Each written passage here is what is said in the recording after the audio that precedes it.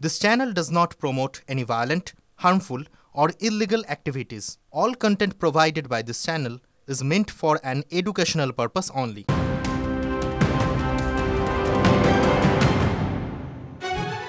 আবারও মুর্শিদাবাদে বোমার গুলি। বোমা বাঁধতে গিয়ে ৩ জনের মৃত্যু হয়েছে। সূত্রের খবর, রোববার রাতে সাগরপাড়ার খয়েরতলার বাসিন্দা মামুন মোল্লার বাড়িতে বোমা বাঁধার কাজ চলছিল। সেই সময় হঠাৎই বিস্ফোরণ ঘটে, তাতেই ৩ জনের মৃত্যু হয়েছে। বিস্ফোরণের তীব্রতায় ভেঙে গিয়েছে বাড়ি। ঘটনাস্থলে বিশাল পুলিশ বাহিনী মোতায়েন করা হয়েছে। আমার সহকর্মী কৌশিক এই মুহূর্তে রয়েছেন আমার সঙ্গে সরাসরি। কৌশিক, এখনো পর্যন্ত আর কি খবর পাওয়া যাচ্ছে? দেখো, তোমাকে সবচেয়ে আগে দেখাবো যে এখানে যে বিস্ফোরণ ঘটেছে এবং তার ফলে যে বাড়িটি ভেঙেছে, যে বিস্ফোরণের তীব্রতা এতটাই বেশি ছিল, মনে করা হচ্ছে যে দাহ্য পদার্থ অর্থাৎ বিস্ফোরক সেই সব কিন্তু প্রচুর পরিমাণে এবং অতিরিক্ত যেসব নর্মাল এখানে যেসব সকেট বোমা বা সুল্লি বোমা মজুদ বাঁধানো হয় তার থেকেও মনে করা হচ্ছে অন্য কোনো শক্তিশালী আরও বেশি শক্তিশালী সেই সব বোমা বারুদ মজুদ করা হয়েছিল, বিস্ফোরক পদার্থ।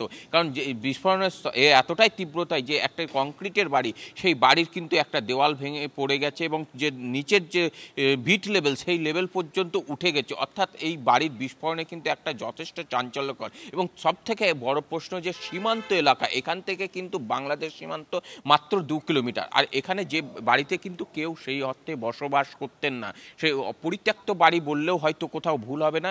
বেশ কয়েকদিন আগে কেরালা থেকে কাজ করে বাড়ি ফিরেছেন এবং তারপরেই এই বিস্ফোরণের ঘটনা কিন্তু বিভিন্ন ইঙ্গিত দিচ্ছে। কারণ যেভাবে বিস্ফোরণ ঘটেছে, গতকাল রাতে কিন্তু বোমা বাঁধার কাজ চলছিল পুলিশ সূত্রে জানা গেছে, এবং সেই বোমা বাঁধতে গিয়ে 3 জনের মৃত্যু হয়েছে এখনো পর্যন্ত। তবে আরও হতাহত যারা আহত সংখ্যা কিন্তু বাড়তে পারে, তবে এখনো পর্যন্ত অনেককে পাওয়া যাচ্ছে না বলে মনে করা হচ্ছে। তবে এখানে কি উদ্দেশ্য সেটা এখনো কিন্তু স্পষ্ট নয় যে কোন উদ্দেশ্যে এখানে বোমা বাঁধার কাজ মজুত করা হচ্ছিল। তবে ভারী কোনো অর্থাৎ যে অতিরিক্ত পরিমাণে যে অতি শক্তিশালী যেসব দাহ্য পদার্থ বা বিস্ফোরক সেই সব কিন্তু ব্যবহার করা হচ্ছে, এমনটা মনে করছেন তদন্তকারী আধিকারিকরা। কারণ যেভাবে ধন্যবাদ কৌশিক। একটা হঠাৎ সাউন্ড আসে, বিশাল সাউন্ড, তারপরে তখন তার সই থাকা যায় না, পাশে বাড়ি উঠলাম, উঠে যে দেখলাম, প্রথমে দেখলাম এই ঘরের ছাদ দেখে আমার আর কিছু দেখতে ইচ্ছা করেনি। ছাদ এরকম ভাঙিব, সব উপরে ফাঁকা, পাকা ঘরের ছাদ। হ্যাঁ, পাকা ঘরের ছাদ। আমরা যখন দেখলাম তখন ওই 2 জন জীবিত ছিল, ওই 2 জনকে গাড়ি এসে নিয়ে গেল, পাবলিক গাড়ি। তারপরে প্রশাসনের লোক আসলো, তারপরে আর ওর মধ্যে কেউ যেতে পারেনি। তো পরে শুনছি, চোখে দেখি নামে পরে শুনলাম যে আরেকজনকে পুলিশ সেটা নিয়ে গেছে।